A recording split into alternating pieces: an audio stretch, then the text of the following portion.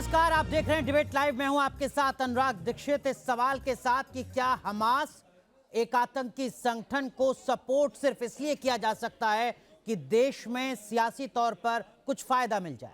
मौजूदा वक्त में बात हो रही है कांग्रेस के वरिष्ठ नेता केसी वेणुगोपाल की, जो केरल में एक रैली में हमास या कहिए फिलिस्तीन को जस्टिफाई करते नजर आए। एक बार फिर उसी तरीके की आवाज सुनाई दी केरल से, जिस तरीके की आवाजें पहले भी हमास और फिलिस्तीन के पक्ष में सुनाई देती रही हैं। सवाल यही कि सियासी तौर पर इन बातों का मतलब क्या। एक खास पैनल हमारे साथ जुड़ रहा है इस मुद्दे पर बात करने के लिए। हमारे साथ आरती टिक्कू हैं, पॉलिटिकल एनालिस्ट। हमारे साथ दानिश कुरैशी साहब हैं, आप प्रवक्ता हैं AIMIM के। हमारे साथ RSN सिंह साहब हैं, आप जाने माने डिफेंस एक्सपर्ट हैं। और हमारे साथ स्टूडियो में मौजूद है मौलाना पीर अली कादरी साहब, आप इस्लामिक स्कॉलर हैं। आप चारों का बहुत बहुत स्वागत। आरती टिक्कू, केसी वेणुगोपाल ने केरल में जो कहा वो तो हम लगातार अपने दर्शकों को दिखाई रहे हैं, आपने भी सुना होगा। वो कह रहे हैं कि मोदी और नेतन्याहू एक जैसे हैं। एक यहूदीवाद के बारे में सोचता है और दूसरा जातीय सफाई के बारे में सोचता है। देखिए, ये कंपैरिजन बिल्कुल गलत है।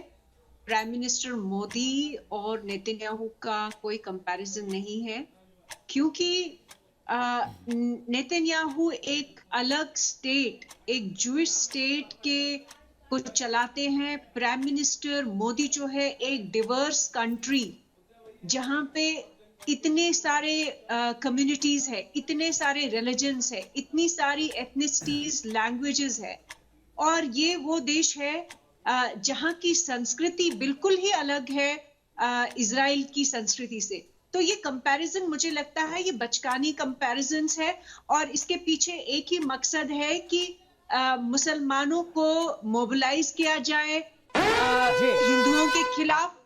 दानिश कुरैशी, मैं आऊंगा आरती टिक्कू आपके पास, आपके 45 सेकंड पूरे हुए। दानिश कुरैशी, अमूमन AIMIM ये दावा करती है कि साहब हम तो कांग्रेस से अलग हैं, लेकिन संयोग या प्रयोग देखिए, फिलिस्तीन और हमास के मुद्दे पर दोनों ही पॉलिटिकल पार्टी एक सुर में नजर आ रही हैं। दोनों ही कह रहे हैं गाजा जिंदाबाद, फिलिस्तीन जिंदाबाद। मैसेज ये जा रहा है कि हमास भी जिंदाबाद। दानिश कुरैशी,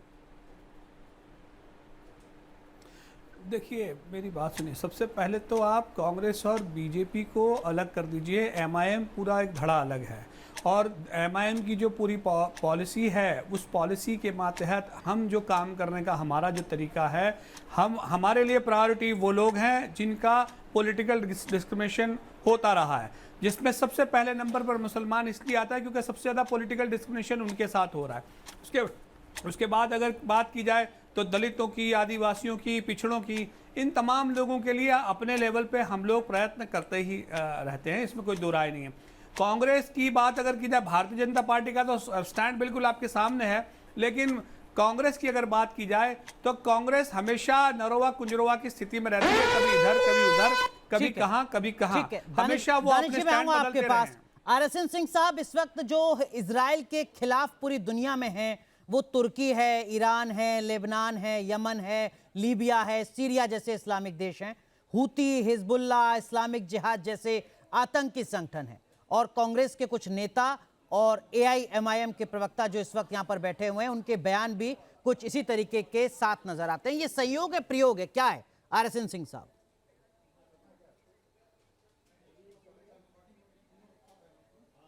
नहीं, हमेशा से ऐसा ही रहा है। आप कोई नई बात क्या है? जब से इजराइल बना है तब से यही रहा है ये।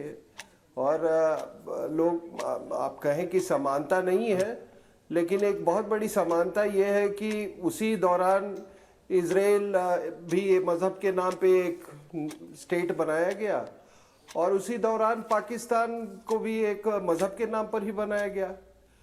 तो हमारी तो ये सोच थी कि शायद रही होगी या थी या नहीं थी कि पाकिस्तान बनने के बाद शायद यहाँ के लोगों के अंदर की जो एक खास वर्ग का अलग सोच होगा, लेकिन ऐसा हुआ नहीं है जी।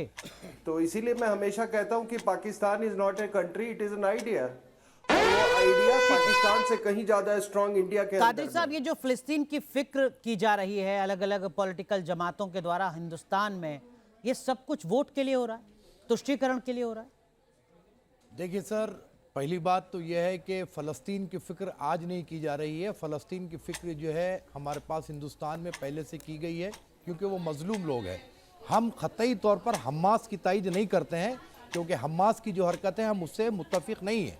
लेकिन आप देखेंगे कि नेहरू जी हो या फिर उसके बाद में इंदिरा जी हो, राजीव गांधी हो, हमारे अटल बिहारी वाजपेयी जी हो और मनमोहन सिंह सरकार हो, जितने लोगों ने भी फ़लस्तीन को एक इंसानियत के नाते on the grounds of human rights फ़लस्तीन की सपोर्ट की है, क्योंकि वो मजलूम लोग हैं। हमास का जो काम है, हमास से हमें कोई मतलब नहीं है। और इजराइल जो है फ़लस्तीनियों पर जुल्म करता आया है, ये सारा दुनिया जानती है इस बात को। लेकिन मोदी जी ने क्या फॉरेन पॉलिसी डिसाइड की है, हम पॉलिसी में इन्वॉल्व नहीं होंगे, क्योंकि वो कूटनीति है क्या है तो वो जाने। ठीक है, लेकिन अभी जो आप लोग मैसेज दे रहे हैं, एक तबका मैसेज दे रहा है इस डेमोक्रेटिक कंट्री में